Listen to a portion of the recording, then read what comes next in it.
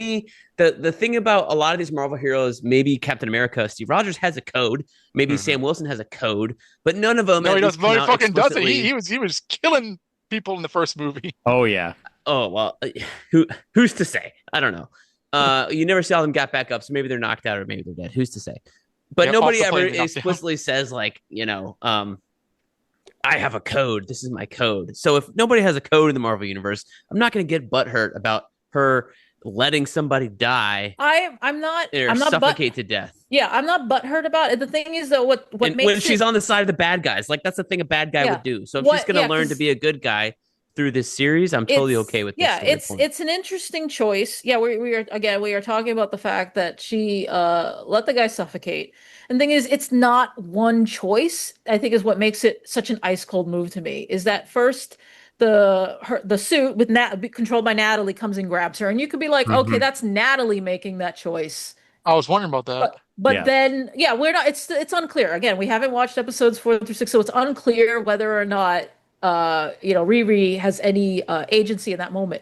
But the thing is, when she has to check back later on, and she's like, well, he's not moving. And the thing is, that's a choice, because you could be like, he's not moving, but let me go see if I'll like retrieve him. Maybe we can revive him. Because if you're just suffocating, you can bring someone back. It takes a while for your brain to die from suffocation. But the thing is, she is making a choice, because the thing is, I understood right away. I'm like, well, the thing is, if he lives, he's going to rat on her, and that's going to make her life hell right about now. So right. Like, what about the illustrated that her not bursting in when she says he's not moving was a decision of was like a Walter White-esque decision to give up on him. I know that she had a panic attack at the end, but I didn't see that scene as her making a choice. I saw that as this is what my actions have resulted in. Well, again, me, you can speak. Like I said on our chat, like, this is a Batman Begins moment. I don't have to kill you, but I don't have to save you either. I did not see that nearly as intentional. It wasn't as explicit as that, but like, to me, if I'm okay with that moment, I'm definitely okay with Riri just worrying about saving her own ass, as young as she is and inexperienced as she is. She was suffocating, and the door automatically shut behind her. And I rewound it twice. I was like, genuinely, is she letting him die, or is she just trying to save her own life? And then we're like, oh, where's John, or whatever his name is? He's like, oh, he's not moving, and she goes home and cries about it. Yeah, nothing to me illustrated that she decided to kill him, but she definitely is a part of his death in ways which she's currently dealing with. She didn't take her repulsor ray and fucking try and break the glass or anything like that. You know, she didn't try and save him at all whatsoever. Yeah, and in action, he may have suffocated as she there's also a shot we didn't see, maybe possibly, that where she got into the suit and the door slammed shut and he suffocated instantly, where he was beyond saving at that point. Oh, of course you could do CPR, electrocuting, all that other shit you could do, but she didn't try to save him at all. But it could have been shock, Well, that's just it. Inaction in itself is still like an act. Like, again, we're talking. Well, Peter Parker made a very conscious decision to let the guy run past him. Yes, but that's still a decision. And you could be in shock. That's my problem. You could kind of flip it all. Like, there's a bazillion reasons you may choose not to act. And the thing is, that's a moral debate. Like, we are kind of ill-equipped, in terms of people to talk about that, I think, on this podcast. Like, we are smart, but we are... in terms of comic book characters, I am, because I saw so many chuds be like, Tony Stark would never. It's like, Tony Stark was catching bodies in the first one, and I have never seen an MCU film where Tony Stark gave two shits about anybody he actively, intentionally murdered. Absolutely. He did the Unibeam against that volcano guy in Iron Man 3, and he was like, fuck you, you son of a bitch. And the man died in front of him. And he didn't have no panic attack. And in this situation as well, he was also a weapons dealer for a long time too. So from my watching of this, Riri got out, and the door closed behind her immediately afterwards. Yes, there was no running back, like, oh my God. But at the same time, this is a bad man who just basically found out that she was trying to take down the Hood. And in that situation, she's trying to save herself, and she may not be 100% motivated to go back and try to save him in that situation. I mean, again, this is like deep philosophical debate territory here, because I will also point out, it's kind of like, he's a bad man, but as we've like comic books throughout history, we've had the debate whether or not you are actually can be judge, jury, and executioner. Yes. To make that decision, especially because the thing is, she is pretty sure they are bad mostly because Stewart. Like he just, Eric Andre just dies.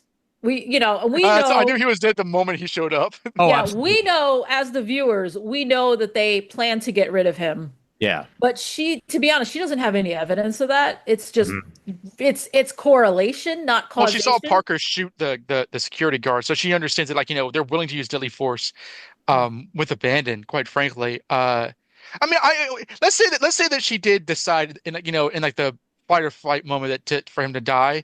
The fact that she actually kind of like is dealing with that conscious choice, to me, makes it. I thought that entire third act of that episode. I agree. The show is like meh. I won't say meh, but like it's kind of like on an up and down scale. But I thought that third act of that third episode was great. Oh, I liked it a lot. Okay, I think the show in general is okay. We haven't gone into the general thoughts about it. Like I saw Jamil. I think I was watching the first episode when he said in our chat, like, I'm not watching past episode 1. Like, I get it. It didn't grab him. He's got other things to do. He's very busy. He's very successful. Talented. Yeah, well, he didn't like the dialogue. Also. I don't disagree with him. I don't think it was particularly strong. Like, to me, a great first episode of the Marvel TV show was like fucking Miss Marvel #1. Like, that's a great first episode. Oh, absolutely. And Riri Williams didn't have any of that spirit whatsoever. I will say, because one of the things I complained about before the series premiered was because I read a little synopsis and they talk about Riri getting thrown out of MIT.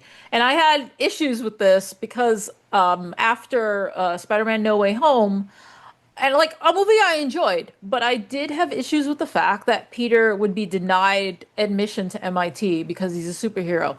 And I'm like, it's MIT. If anyone's going to get their freak on when it comes to who they allow, it's MIT. MIT would have no problem, especially since Tony Stark was like, in the Marvel Universe is supposed to be one of their most famous alumni who has given them tons of money anyway, right? Yeah. So like being able to say Spider-Man is one of our students is something that they would probably enjoy, though they might have to have the sit down of like, okay, what's it going to look like? Are you going to be attacked while you're here? Sure. Absolutely. Want to come hang with Spider-Man? Yeah. She was like doing people's homework. Yeah, no, that's just it. They fit. Like, I was worried that, oh God, are they going to throw Riri out because of this? I'm like, no, it's because she's doing plagiarism. And she genuinely was doing things that are against the code. Exactly. Yeah. She was not making good decisions for her time at MIT. So, which actually raises questions of that Riri is introduced to us in Black Panther 2. So she has this like connection, that's her like origin, and you would normally expect that to appear further in the character. Yes. But they did this show, and the show is reaffirming her inspiration as Tony Stark, and she's not getting any money from freaking Wakanda, which just it actually kind of it feels wrong, especially when they're like hardly mentioning Wakanda forever. Well, in the end of Black Panther 1 is him going back to Oakland, like, hey, Wakanda's going to have an influence on Black people that are underdeveloped, underprivileged, whatever, across the world. Yeah, and they didn't continue that because the actor died, and they're like, we have to deal with this death instead. Yeah, it's super dumb when you consider that. Why am I forgetting her name? Ramonda. Yes. The mother died to save Riri. And you would think if your mom died to save this girl, like it's, how they talk about like the life debt and like, oh, you save someone, you got to be responsible for their life. Like, wouldn't you want to make sure she has the best life possible because your mother gave her life to make sure that she stayed alive?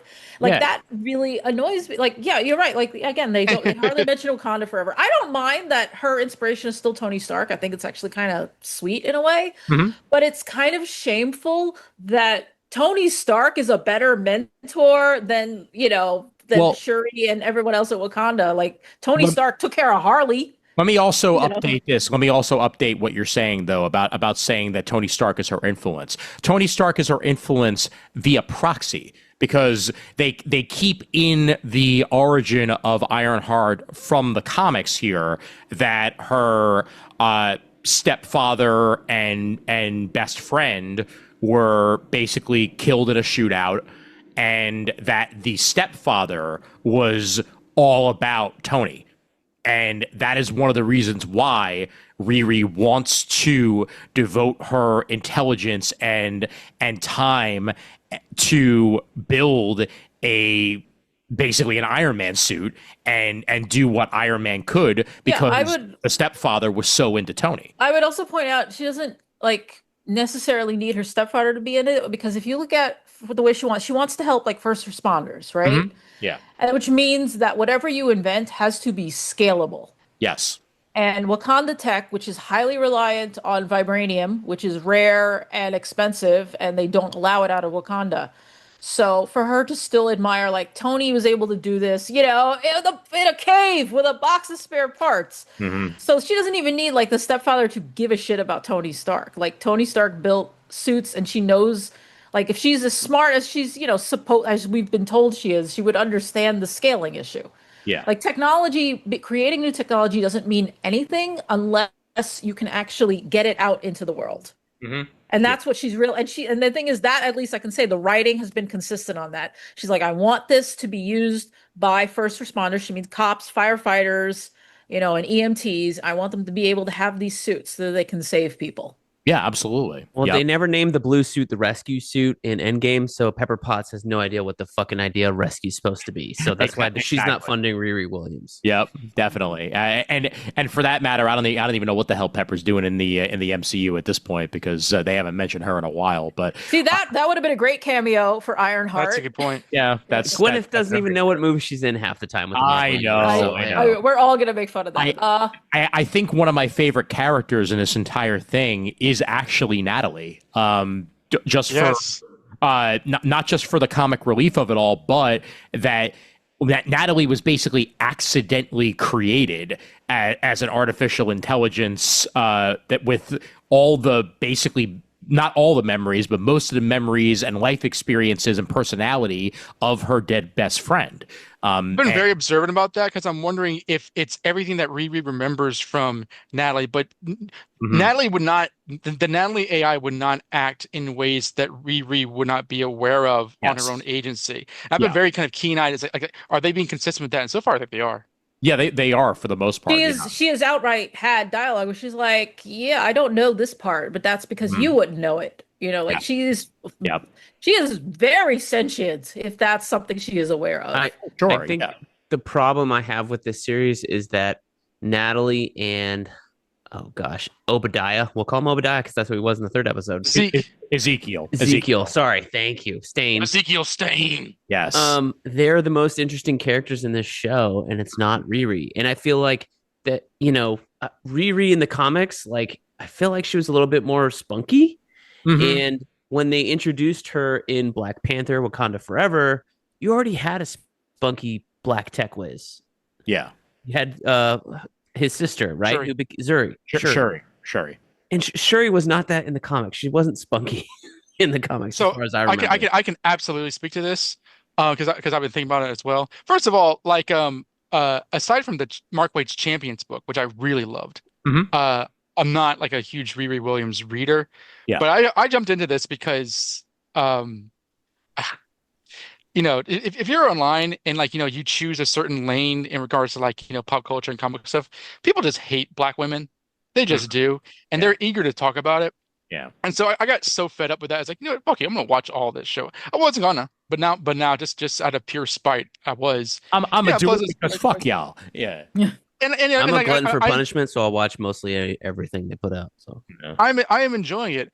I feel as though, like to your point, and I remember you kind of mentioning this similar with Sam Wilson in Cap 4, that when these new characters are introduced a certain way, are charged with sustaining a show, and the needs of the plot kind of come on and kind of put them in more of a protagonist role. It's like you're not allowed to have any fun as a character. You have to become whatever the white version of the character is instead of staying the version you were in the beginning.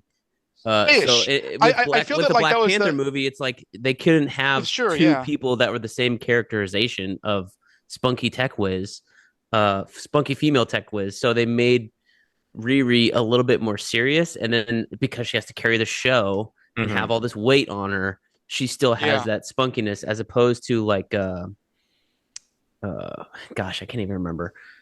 Well, I feel that they did the same thing with Ms. Marvel. You mentioned Ms. Marvel. The first two episodes of Ms. Marvel, I thought this is the best that these Disney Marvel shows have ever been. Yes. And then the plot kind of continued on with like, did you know the history of the Pakistani Muslim community? It's like, that's awesome. I kind of wish we could focus a bit more on Kamala. And I feel that like she was a victim of that, where like in the Marvel's film, she got more of that back because she could contrast with the two adults.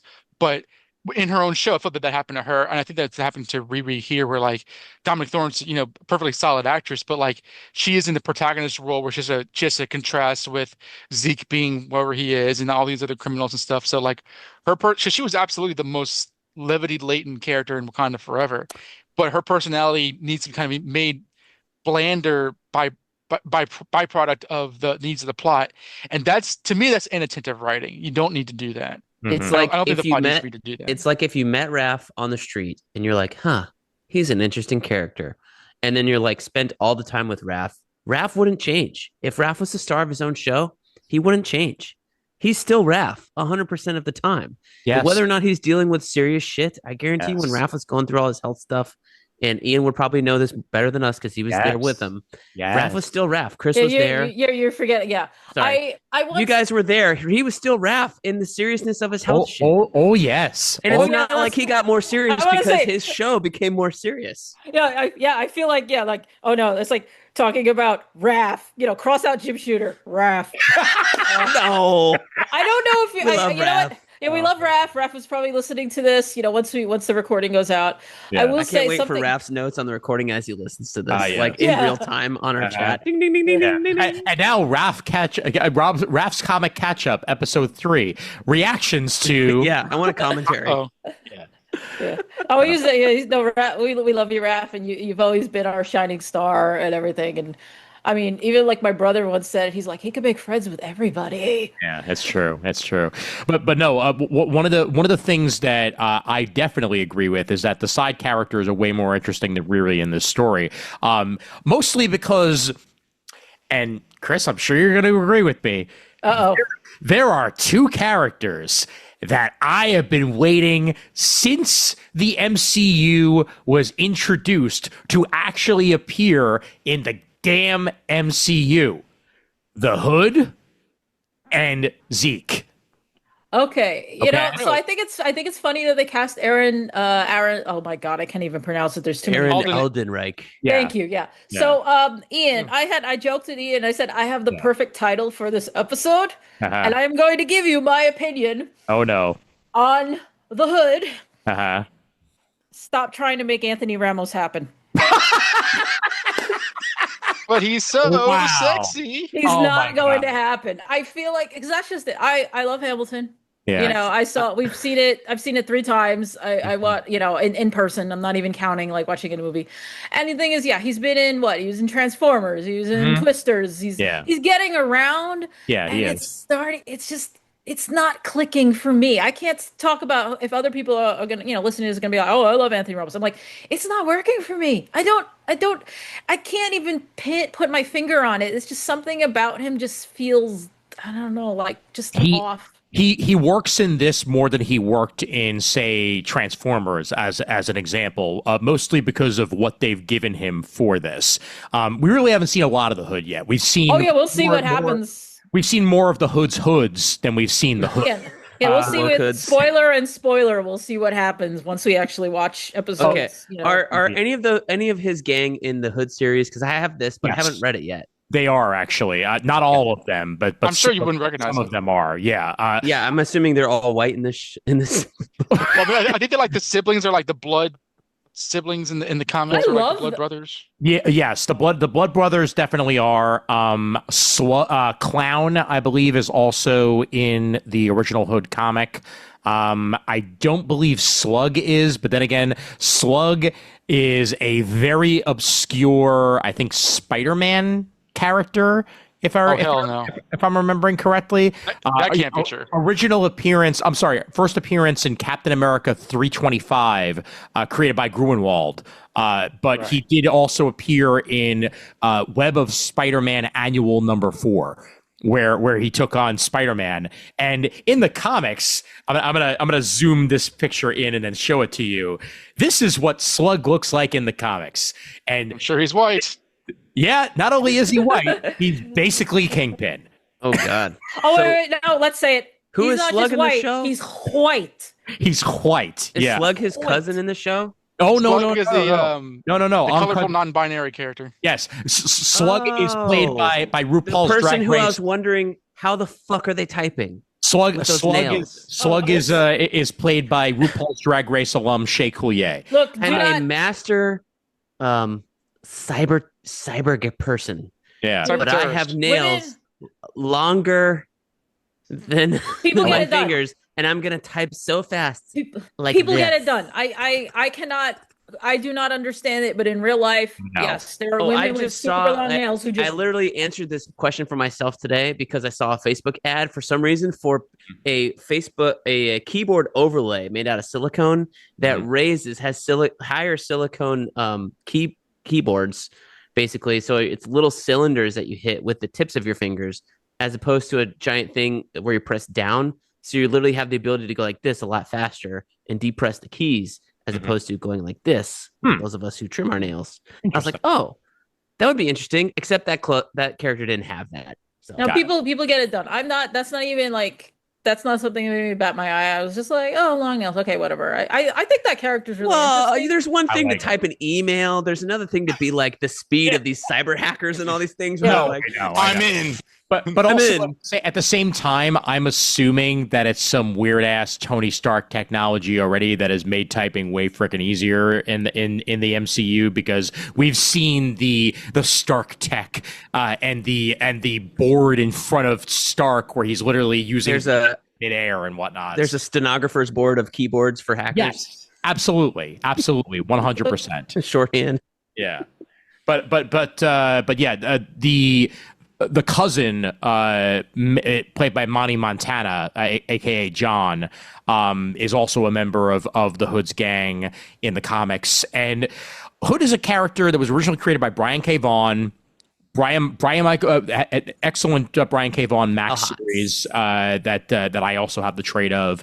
Brian Michael Bendis used the Hood a lot during his Avengers and New Avengers run. So, like, if you want some really good Hood action as being one of the main villains of the Avengers, go ahead and find those as well. It's a character I've been wanting to see introduced. I didn't think he'd be introduced as basically a mafia boss in Chicago, but they're making it work here, and I like the gang. I like the idea of the otherworldly nature of the actual Hood, and we'll have to watch the rest of the series to see how they actually pull it off. Ezekiel Stane, and Kris knows this, I have been calling for Ezekiel Stane to be in the MCU. I wanted him to be the villain in Iron Man 3, and he wasn't, because that was basically they used Stane's plot without actually using Ezekiel Stane. Yeah, I do remember that. I would say, yeah. Now I remember. Oh, yeah, I remember Ezekiel. Yeah, Extremists and all that jazz. Five Nightmares of Iron Man. Oh, that's right. This ties very neatly back to what we were talking about earlier about the timeline. Mm-hmm. Because, like, again, the MCU must move forward. It has no choice, because it employs real human beings who age, or their contracts are up. So the thing is, you can do like, he was young when this happened, and it's been like an embarrassment and a source of shame, so that he's like this wreck of a human being. Like, I know Ezekiel Stane in the comics is a way cooler dude. Oh yeah, He's bald. But you can make this work just like because you now have the timeline to back it up. God, what's LaRocca on? Look at the fucking proportions of that fist. This is I know. terrible. Kirby.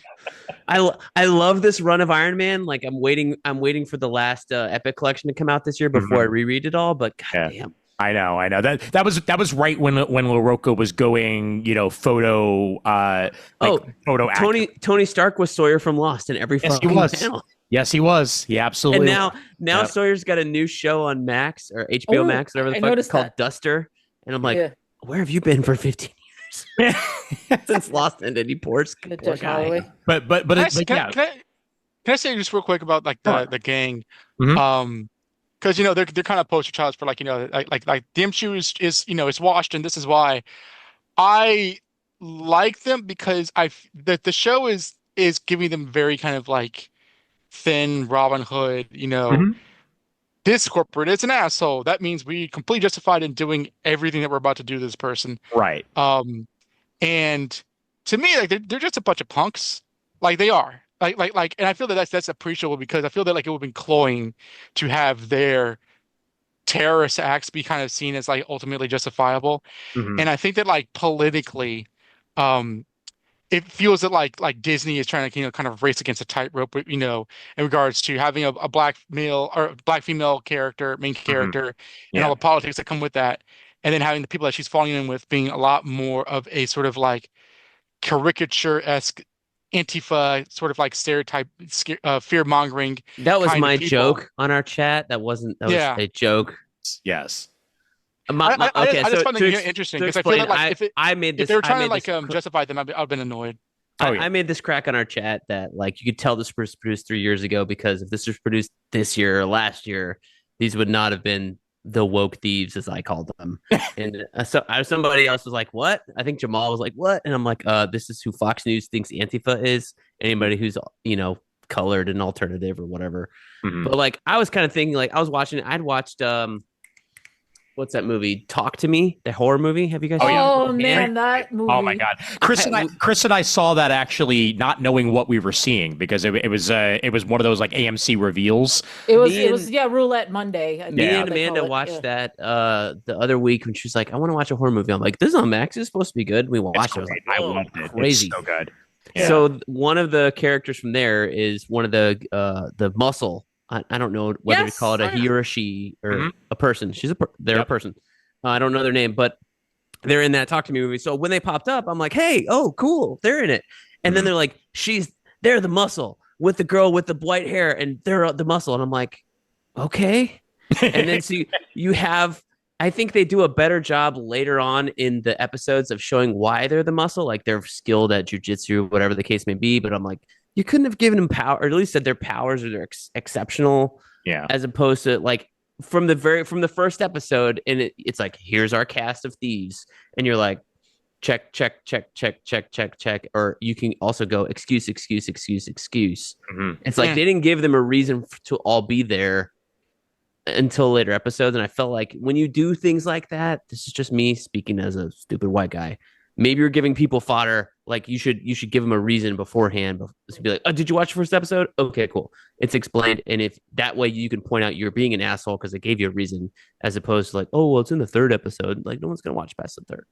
Anyway, that's just my dumb tangent. I thought like, okay, they're skilled at fighting. Cool. I still, as a gang leader, if I was one, Yeah. I still wouldn't have my team be entirely females if I wanted some muscle. That's just me. Well, I mean, I I might just feel mix like in they some should be tall wearing guys. masks. I might mix in some tall guys in there too. You know, I mean, to be honest, like, I mean, the main muscle is the one in the Iron Man suit. Like, they're not using her as such. No, I know, but like, Yeah, she's Or a lookout. the main muscle is me with my magic cloak with the weirdest clasp I've ever seen. Oh my God. Yeah. And okay. I like the use of the Hood's power so far in the 3 episodes that we've seen, using the invisibility the way that they are. And it's intimidating, and obviously the bulletproofness of it all comes across nicely as well. But I do want to see more of the Hood and also more of the gang to try to have it all make sense in the end. I do also agree with what Donovan said earlier, that the minute Eric Andre walked on stage, I knew he was going to die because he's Eric Andre and he wasn't going to stick around for the whole series. But I also want to point out, unrelated entirely to the crew, I would like to thank Cree Summer for existing and being in the show in any way, shape, or form. She makes everything better at the end. She goes, okay. I just realized she's only in like the first episode, right? She is, yeah. At least as of now, she's only been in the It doesn't matter. We love Cree Summer. Yeah, Absolutely. So something that just occurred to me. So we were all kind of shocked. I mean, yes, Brent, you mentioned this before, but we were still kind of shocked to find out they dropped 3 episodes last week. Yeah. They dropped the last 3 tonight, and it's It does feel like they're trying to bury the show. Well, they absolutely are. It's like they saw the wave of hate coming and like, let's get this over with as fast as possible. Yeah, because like Also, wasn't it filmed like 2 years ago? That's just it. Yeah, it's not even and I don't think it's about the hate or anything like that. I quite literally think that it's regime change. I think that that at Disney Plus in particular, there have been a lot of strategy changes, and there have been a couple of people that have left. One thing people have brought up, and this is not talking about Ironheart, but also in the past week, less than a week ago, they dropped the new season of The Bear in one shot. Yeah. Which they did not usually do. The weirdest thing is they even did like their review embargo. The review embargo was how many episodes of The Bear are there? I think they usually put out 10. Yeah, it was like whatever. I only watched the first episode, the first episode and a half so far. But the embargo was exactly the length of time it would take to watch the entire season. Oh, that's funny. From when it dropped to now, because they weren't trying to avoid spoilers. But sure, yeah. But yeah, like you're talking about regime change, because that's also weird. Like, why would you drop the entire season when this is a hotly anticipated show that people usually have no problem of watching week after week? You're talking about The Bear or Ironheart? Because I don't think Ironheart was highly anticipated. Well, The Bear was also dropped. The Bear is FX. It is also under the Disney umbrella. Yes, exactly. And they dropped it the same week as Ironheart. They dropped it the day before Squid Game 3 dropped. Oh yeah. Isn't The Bear getting bad reviews though, or mixed? I've seen mixed, but last season also season got 3 mixed. was bad. I've only watched 1 and 2, and then 3 came out, and I was like, oh, I'll get around to it, and then it was like bad reviews, and then 4's already out. I'm like, maybe I'll never catch up with the show. I don't know. Yeah. Well, either way, there has definitely been a shift in the way that they are putting out shows. And at least with this, when it comes to MCU stuff, the shift really does come down to they are shifting away from untested waters. I feel like what Wonder Man, I think, is going to be the last one of these like niche shows with characters that haven't really been introduced that we're probably going to see in Disney Plus for quite some time. Because after that, we're getting the Vision show. Vision obviously is a movie character. I forgot about that. Yeah, that's coming early next year. There'll be a second season of Daredevil. That makes perfect sense because Daredevil's an established character. And we know they're filming because Raph told us. Yes, indeed. They were filming in Raph's office building a bit of season 2 of Daredevil. Well, there was also another suit leak for Daredevil too. Yes, there was. But I think that we definitely have come to a point now where I wouldn't be surprised if we only really see 2 or 3 Disney Plus shows in a year, and I think half of them are going to be animated. Like we'll see the next season of Friendly Neighborhood Spider-Man come out probably before we see another one of these niche shows. I think Eyes of Wakanda. I think I saw that teaser preview, whatever it was, like today. Yeah, 30-second thing. Yep. Yeah, because that's in August. I can't even think of other Disney Plus shows that are planned. Like I'm trying to think of other ones that are in the pipeline. I'm sure they're sort of rejiggering it because like post Endgame, when they kind of threw out all these shows and the pandemic happened, they were riding high. But we are currently in the Marvel itself recognizes that there's been kind of a negative reaction to them. They're trying to course correct, and I think that part of that course correction also X-Men 97 season 2. Oh yeah. But they're trying to say, okay, let's stick with what works. Let's not try to be. I mean, I don't know how they're actually feeling, but to my mind, it's like let's be less arrogant with presuming that everything that we do will be successful. Yeah, and looking here, upcoming that hasn't been released yet. Eyes of Wakanda comes out on August 27th of 2025. Marvel Zombies comes out on October 3rd of 2025. Both of those are animated. Wonder Man is the next live action show that's going to be in December. Then Daredevil Born Again Season 2 in March 2026. Vision Quest sometime in 2026, and then Your Friendly Neighborhood Spider-Man Season 2 in 2026. Those are the next things that are officially in the pipeline. Yes, we will eventually get X-Men 97, and there's also going to be a one-shot with Punisher that's going to be coming out at some point. So, yeah, this is definitely the tail end of a specific era of Disney Plus releases, which is also probably why they're just dumping it all to kill it. It's definitely, it's not even just Disney, like, because again, we are aware that streaming, they went all in and overexpanded very quickly. Yes. And everything's imploding. I mean, a great example, near and dear to you and me and Raph is Star Trek. Mm-hmm. It murdered literally every Star Trek show at this point. Oh yeah, absolutely. Mm-hmm. Yeah. Oh, the prequel show's done? Strange New Worlds. They have announced, quote unquote, the next 2 seasons are going to happen after the one that's airing now. So it's gonna end at I honestly think this is awful. End with 46 episodes. Yeah, no, yeah. The final season will be 6 episodes. Come on. Yeah, it'll be 6. The final season's going to be 6 episodes instead of the usual 10. Yeah. And look, I get maybe you feel like you can wrap it up or anything. It just feels just wrong. Just give them a solid 50 episodes. Jesus H. Christ, you know. And to bring it back to Ironheart for a minute, one thing that I very much hope when I sit down to watch episodes 4, 5, and 6, which I will be doing, whether I'm doing it here or whether I'm doing it while I'm not in this apartment, but whatever, it's going to happen. This is a 6-episode show. We've been asking for this. We have been asking for shows that are shorter in length, that just tell the story that they want to tell, and they're out. I don't think there will ever be a season 2 of That's Ironheart. fine. Yeah. And I am okay with that. I remember even in the throes of loving the original Daredevil seasons, even I remember feeling like, damn, 13 episodes is a lot. I remember binging Jessica Jones season 1 throughout the weekend because I wanted to be as caught up as possible, and just finishing it by Sunday because it dropped on Friday. And I remember being exhausted. I was like, there's a difference between enjoying it and content overload. That's a symptom of the binge model, though. Like 13 episodes week by week, nothing. You may put it in part of your routine. But when you're expected to binge it all in one weekend or whatever, it is a lot because you're like, I have to eat. I have to mow the lawn. I have to take care of my kids. I have to pay some bills. I have to go to work, Yeah, absolutely. And it's the reason why I still haven't finished Born Again. It's not that I don't want to. It's just that it is a major commitment that I know once I sit down and start watching it, I know I'm going to want to watch more.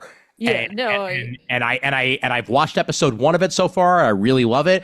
But I'm gonna have to take a time and take a day where I know I'm not doing anything else to sit down and watch more of it because I know I'm gonna want. I still got thoughts about that. I know. I'm sure we'll mention that Barenthal's gonna be in Spider-Man 4. Yes, he is. I think he's gonna be in Spider-Man 4, and I think I'm okay with that. I think if you took Born Again and did it day by day instead of waiting for one day where you have everything, like if you have an hour, watch one.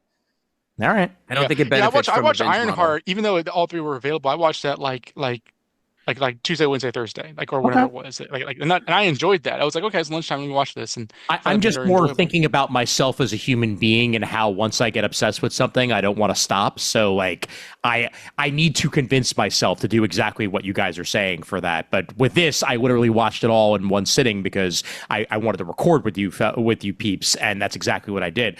What do you guys think of the design of the new makeshift armor that Ironheart has?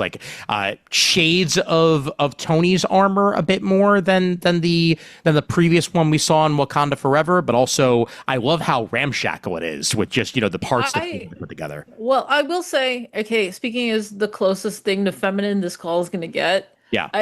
There is a part of me, maybe as an 80s child, where I wish it was more feminine. And that's sexist. I do not care. Because you want boobs on this Iron Man armor? No, I want the heart that she has in the comic. I love the little heart. It's adorable. There you go. You did showing this image of the suit sitting in a chair. Can I just say, I don't think the CG is great on this show, but I do love the body language of the suit. I think the body language is nailed. It looks like she moves it looks like there's actually a person walking around in this suit, even though there isn't. It's Natalie half the time. Yeah.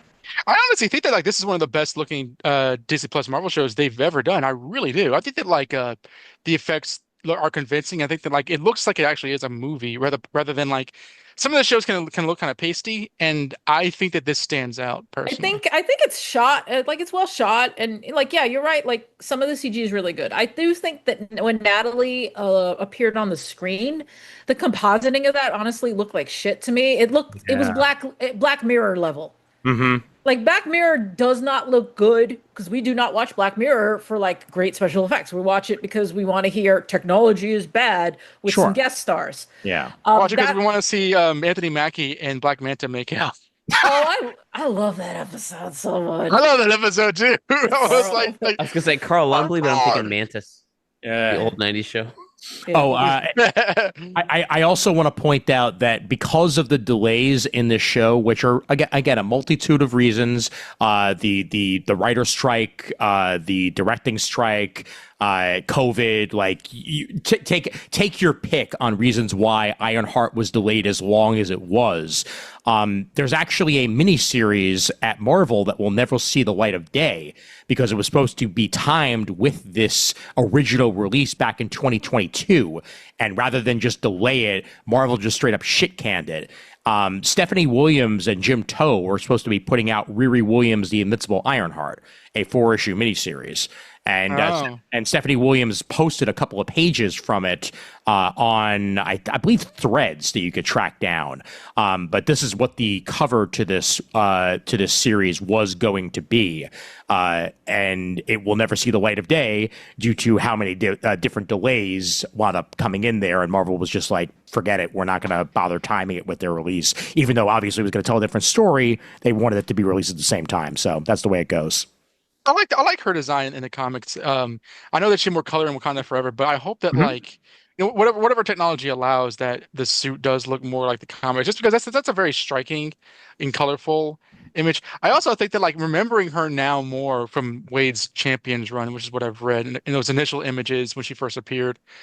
I wish that she did have more of her because she has that kind of like Jaleesa from a different world hairstyle. And in the show, Dominique Thorne has like just cornrows, and I understand. She's is she from Chicago in the comics? I believe she is. Yeah. Sure, they're trying to strike a more kind of like grounded balance, but I think that like it actually kind of makes her less. I don't know. It kind of like makes her less memorable. I think the major flaw with the show is just the writing. Not that the writing is like loudly bad, but like some dialogue is like some of the plot points are just kind of bad because like the first episode ends with the reveal of Natalie, and that's a gigantic, huge emotional cliffhanger. And then for 20 minutes, it's like, no, okay, this is such a wait. I need to go meet Solo, and then like deal with that kind of thing. It's like that's not human behavior. People don't act like that. I'm kind of wondering if part of this is still part of that old guard Marvel product, keep things moving thing. And because I'm sure they have a lot of black actors or black writers on there, but I'm looking at Riri from the comics and kind of seeing that. Of course, I know that it's created by Bendis, which is a whole thing, but I see a lot of potential with the series and with the character for the public, and I'm wanting more of that to be realized separate from the kind of product that it needs to be. Also, they've announced that I don't know if you guys saw that, like Spidey and His Amazing Friends. Yes, they're doing an Iron Man version of that, like Iron Man Armored Friends or whatever. This. Yeah. Okay, with a hilariously same art style. Yeah, and Riri will. It's Tony, Riri, and Amadeus Cho in Iron Man armor for some reason. Interesting. Huh. Okay. And a dog, and an Iron Man dog. Sure. Didn't why we see those toys in? Or am I hallucinating that? I think we may have actually, not the Amadeus Cho one, but we saw some of the other ones. I think at Toy Fair this past year, if I'm remembering correctly, because Brent just posted some of those Iron Man toys in the chat here. No, that's the image art for the series. Okay, got it. But that's for the show. So there's your heart, Chris. You get double hearts. Yeah, we did. We saw the toys for this show, the Iron Man and his awesome friends. I like how Amadeus's armor has like his hairstyle when he's the Hulk. It's hilarious. I mean, it's a kids show, so they can take like a few liberties with that. Of course. I mean, it's again the heart and the coloring for Ironheart is so that like girls watch the show and feel included. I mean, hey, Gwen Stacy shows up. Gwen Stacy Spider Girl shows up in the Spidey stories or whatever. Yeah, and they're not in the same. Oh wait, never mind. On further review, unfortunately, now they are. Oh God, I forgot about that. Amadeus has a mohawk when he's not in the suit. I posted another image. Okay. Has he ever had armor in it's comics? Young Tony Ladd. I don't think he has. He never has. He definitely Riri never looks cute as hell, as she should. Yeah. And you're going to get variety of armors as you see in the background. Mm-hmm. Yep. And we did see that one of the toys was basically this set that you saw in that image. Oh I yeah, remember now. absolutely. Yep. Yeah, There's a ton of Spidey's Amazing Friends like books and merch that little kids love. It's just like the DC superhero girls was actually huge for I've told little this story on kids. the show. My kids, they, Olivia could identify, like, I helped her name all the little superheroes I had on my above my TV when she was like 2 or 3. I never did that with Noah, but she loved superhero girls when it was on, whether it was YouTube or wherever she could find it. She grew out of it. Noah loved Spidey and His Amazing Friends, grew out of it. Doesn't give a shit right now.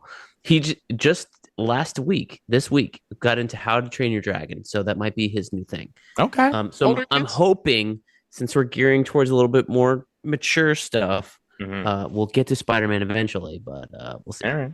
Well, let me say two more things here. One, I'd love to get your guys' thoughts on whether or not you'd like to see Ironheart show up in the future movies.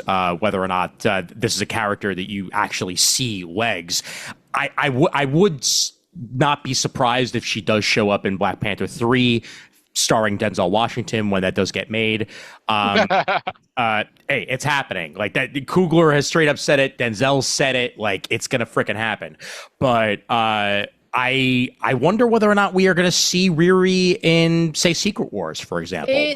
To me, it depends on whether or not they're actually going to do Young Avengers. Mm-hmm. That's exactly what I was going to say. Like they need to do at least one story with because they've been building up to it for like half a decade now. Absolutely, yeah, and they're not going to be young anymore. Yeah, like we've seen Ms. Marvel going around doing the recruiting and stuff like that. Like, it has to happen at this point. You have Stature, you've got like Wanda's kids. I want got Patriot Kate to be Bishop, there. Damn it.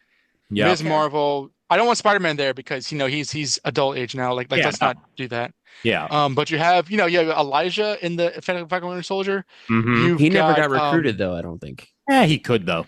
But he's in the universe. You could pluck him somehow. You've got you have basically a Teen Titans-esque plurality of these young heroes just sitting there begging for your money, and Foggy's like, I don't know what's RDJ doing right now. They could do a Kree Skrull War / Empire adaptation in the Young Avengers series. Ooh, that'd be pretty good. Billy and Hulkling, forget his real name. Their love story leads to a cosmic war. Could happen. That'd be cool. Could certainly happen. Yeah. But I mean, we're supposedly getting Tommy back in Vision, so they're definitely not done with that story yet. And whether or not Billy and Agatha also wind up showing up in Vision, I certainly hope they do, because they really set that up nicely at the end of Agatha.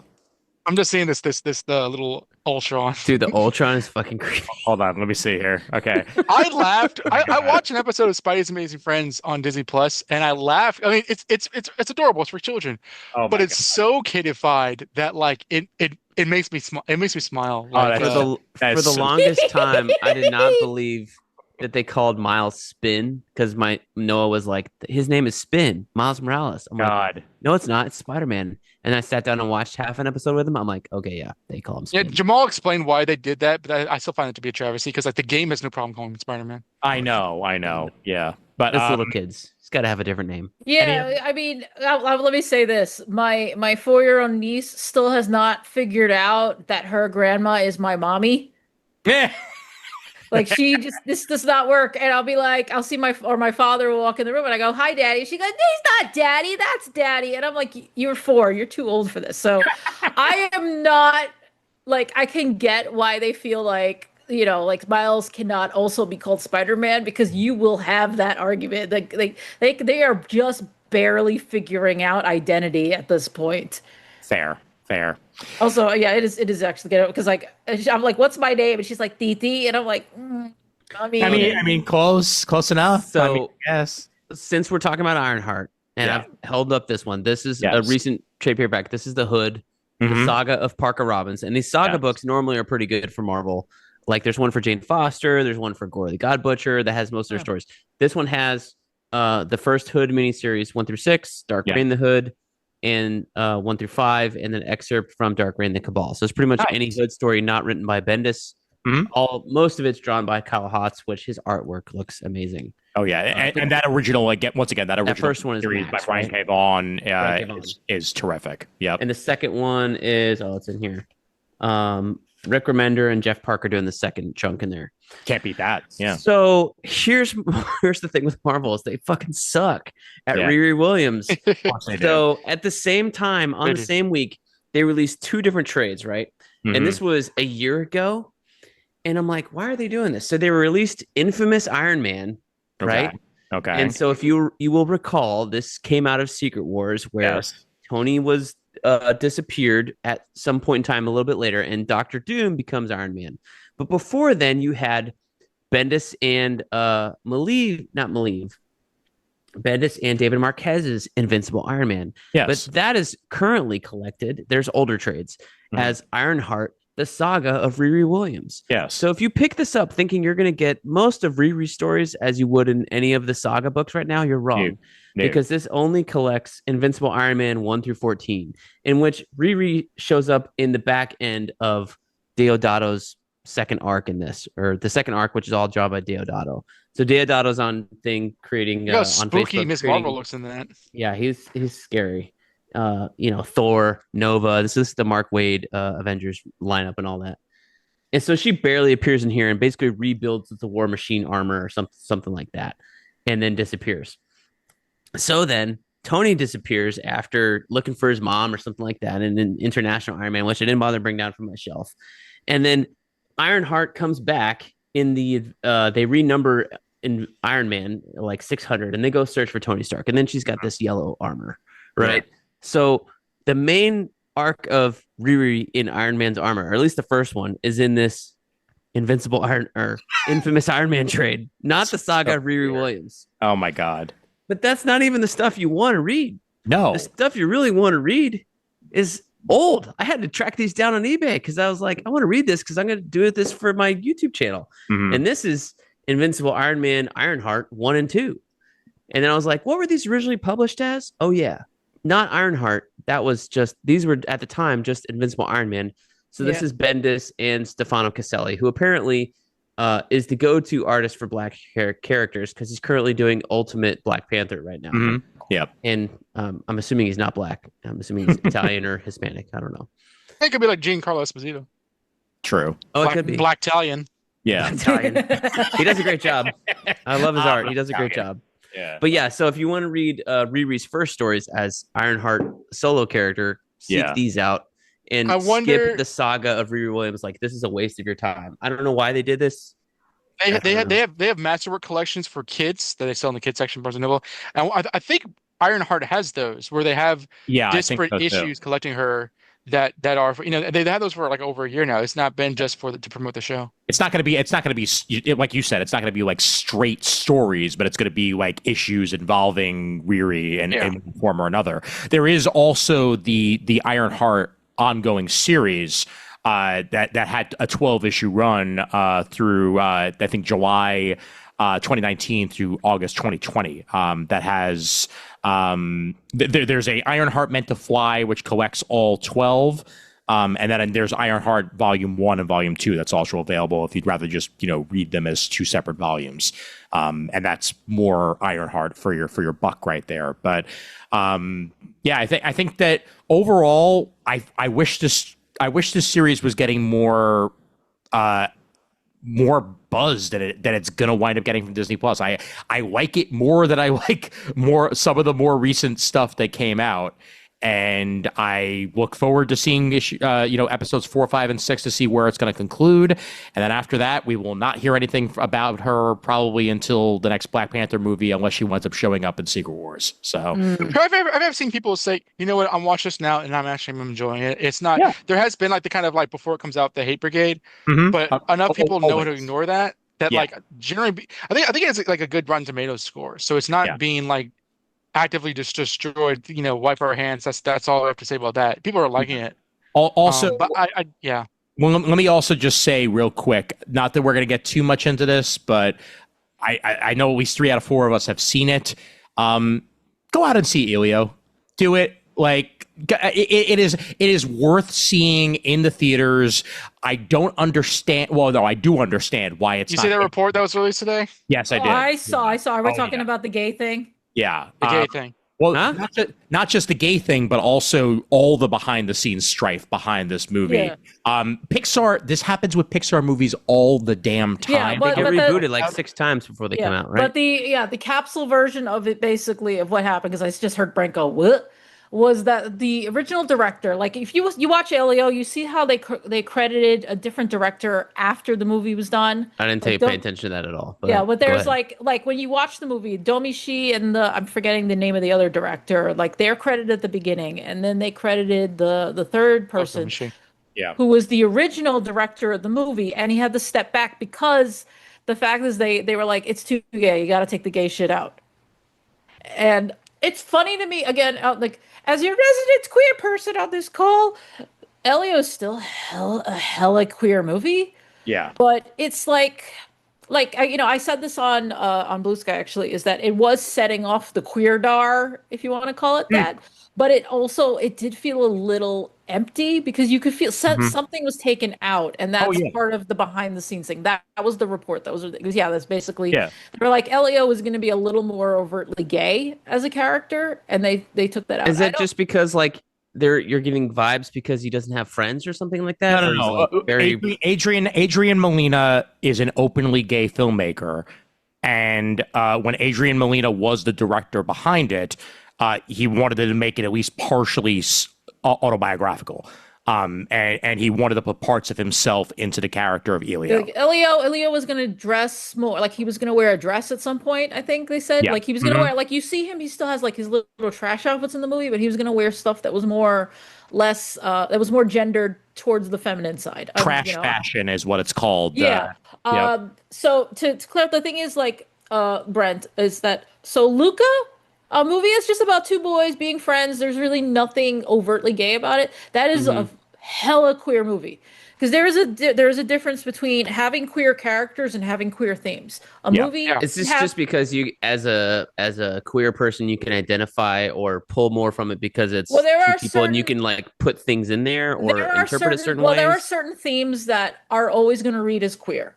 Like, I know, like the transformation thing probably reads. Yeah, transformations, not being understood, and like these have always been thought to be like queer themes. Because, like, I mean, again, I'm reading X-Men, and X-Men has always been thought of. I was literally just going to say, like, the X-Men, period.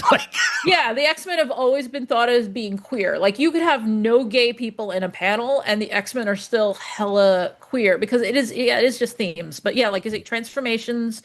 Not feeling accepted, and mind you could say, well, that's universal, and I said, but there is a specific queer way of doing it, because like not being accepted, but it's an internal thing as opposed to because of your race, or something that people can see outright. It's something they sense about you instead, if that makes any sense. That would be, so like for Elio, that would be his interest in aliens. It makes him not understood or he's accepted. off. And he's not like, I mean, even though I'm pretty, I'm sure some people will say, well, maybe he's written also like as neurodiverse and anything, but just like Elio just reads to me as just off. Like, don't get me wrong. I'm just asking, like, where are the themes? Because literally, I'm not gonna name him.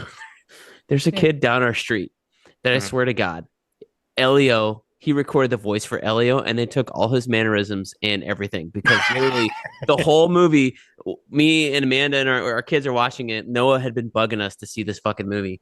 And so we're like, all right, let's go. We had seen How to Train Your Dragon the week before. So we're high off kids movies right now. And we're the whole time me and Amanda are sitting next to each other, and we're like, does this remind you of so-and-so? And she's like, absolutely. He would do, literally his voice sounds just like this kid down the street. Well, there you go. And then he would do something else in the movie, and we're like, oh my God, that's just like so-and-so. You know what? You're absolutely right. You will find out in 8 to 10 years, I guess. But yeah, no. I'm not putting anything on that. You will know. You will know for sure. You will know for sure. I would say, well, the thing is with Elio, he's entering 6th grade. He's finding himself, Yeah, I don't want to spoil. Yeah, I don't want to spoil too much of the movie, but I will say that one of the themes of the movie, or the morals of the movie, is, I'm going to say, just talk to your fucking parents. Yes, Because absolutely. it is, because both Elio and the alien whose name I forgot, it sounds like Herbert or whatever. Like it sounds like Herman? No, like Herb No. Blob. It's yeah. Yeah, it's a weird name. Yeah. Yeah, no, well, it sounds like a normal human name with extra letters in it. Yeah. But his issue is the same. It's like, yeah, your dad is like a giant. Is it Glordon? Glordon, Thank right? you. Yeah, because it's Yeah. meant to sound like Gordon, but it's not, Yeah. right? Yeah, Glordon.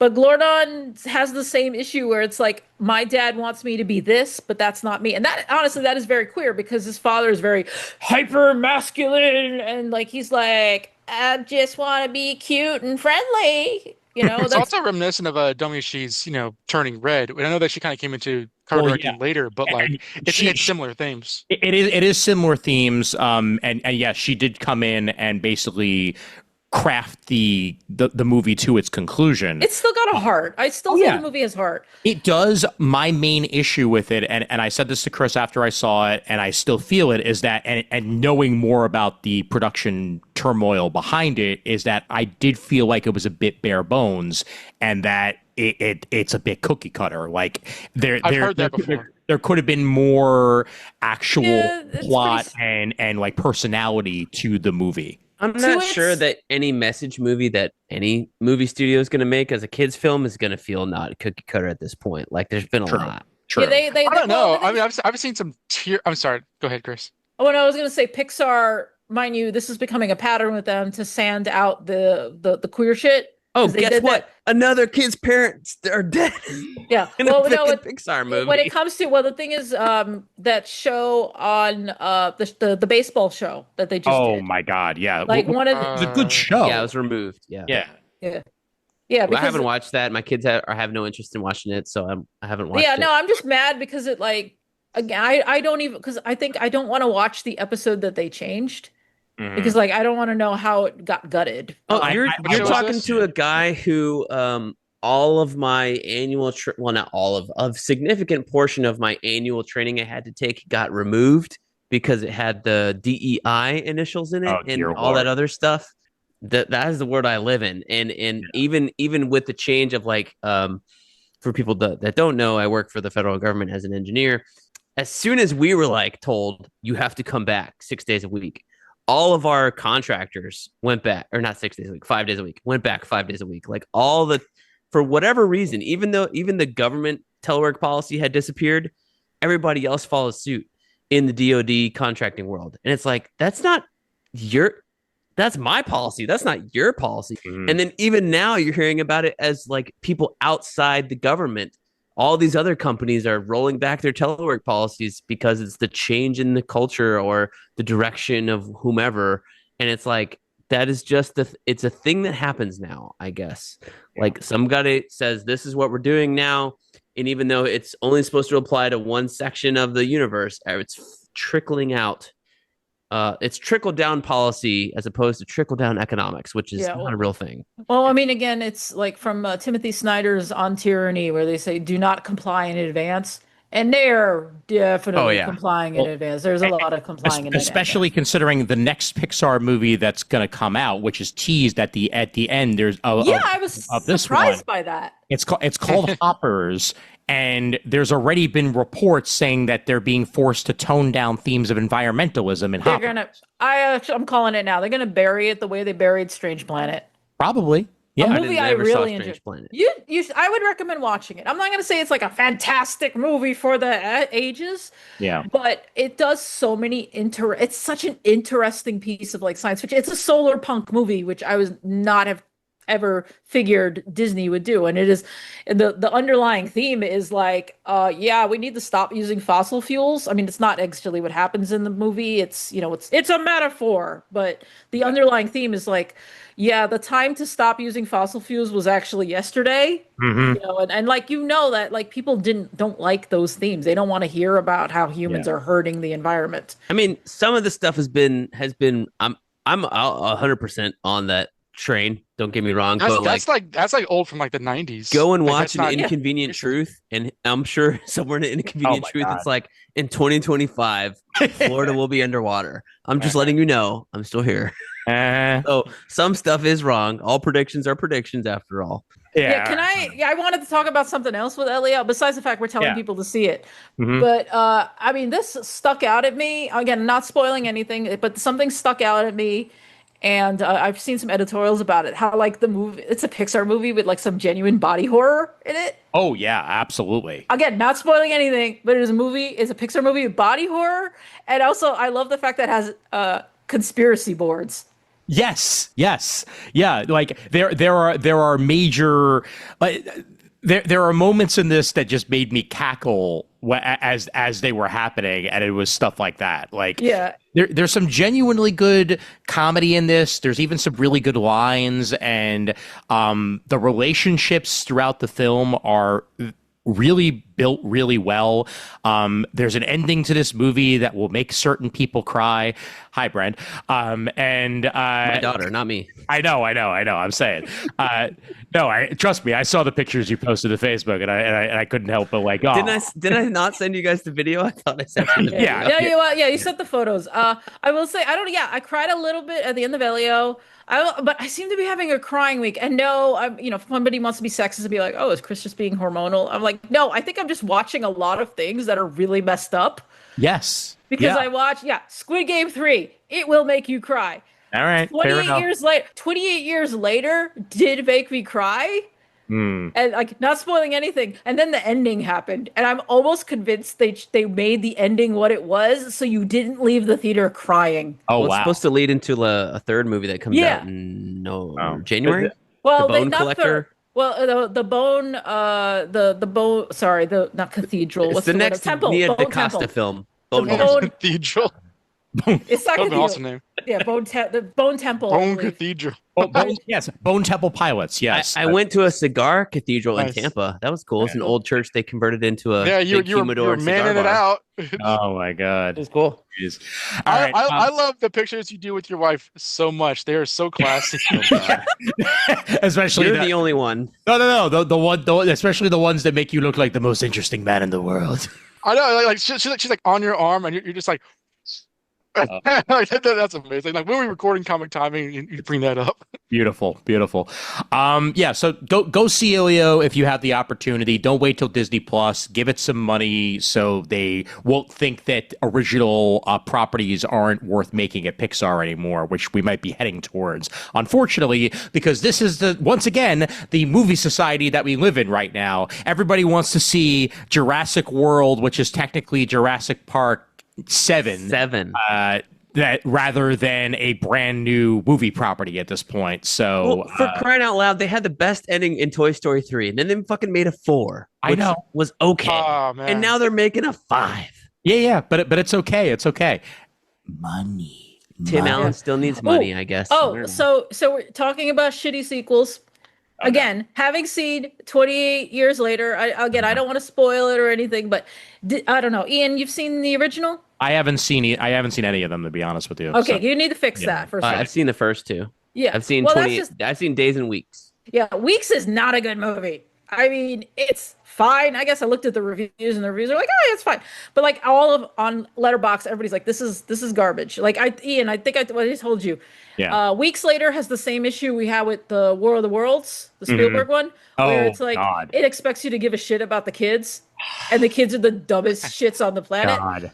That Spielberg War of the Worlds movie, not only for a horrible version of New Jersey that makes no sense, but like just God, that movie sucks. It was terrible, yeah. You didn't like Justin Chatwin in that movie? No, I did not. But I will say this, like, so 28 Weeks Later is not a good like, it's not a terrible movie. It is surprisingly good cast for like what would otherwise probably be a forgettable movie, because it's like Idris Elba and Jeremy Renner and Rose Byrne, Harold Perrineau. I was like, and of course Robert Carlyle, right? Right.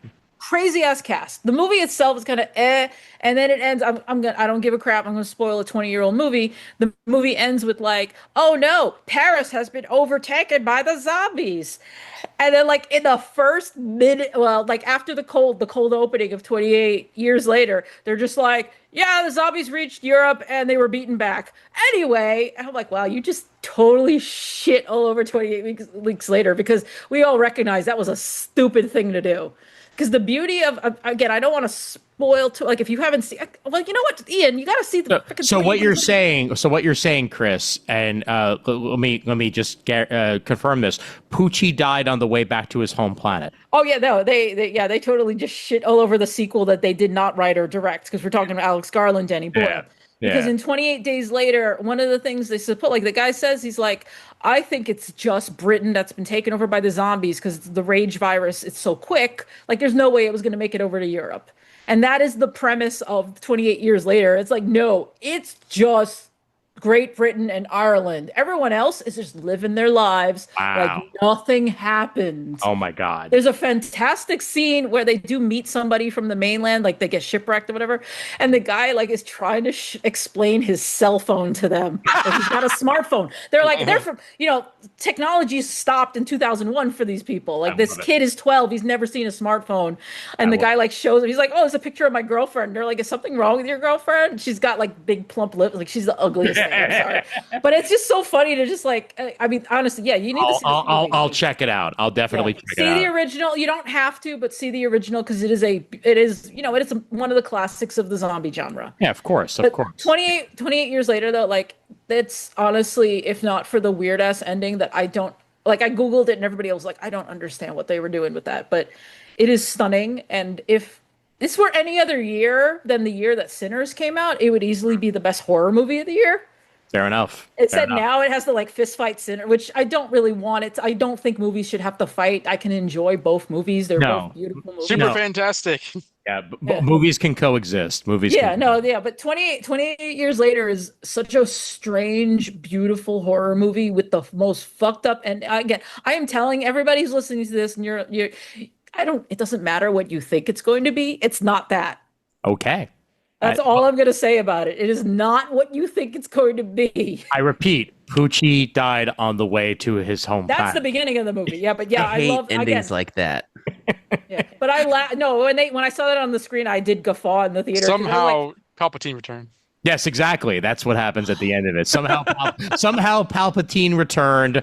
Also, Robert Downey Jr. is Doctor Doom. So let's all remember that. You did just remind me. I will warn you. You probably do want to watch Squid Game 3 before you're completely spoiled. I haven't even watched one. Somehow Jung-Woo returned. Yeah, but today I saw a very good Instagram video that basically just recapped one of the plots in the whole season. And I was like, wow, that's a huge spoiler. I guess you're listening in on me watching TV because Is it weird that I watched the competition series and not the real Korean series? Yes, it is actually. Yeah, Mr. Beast one.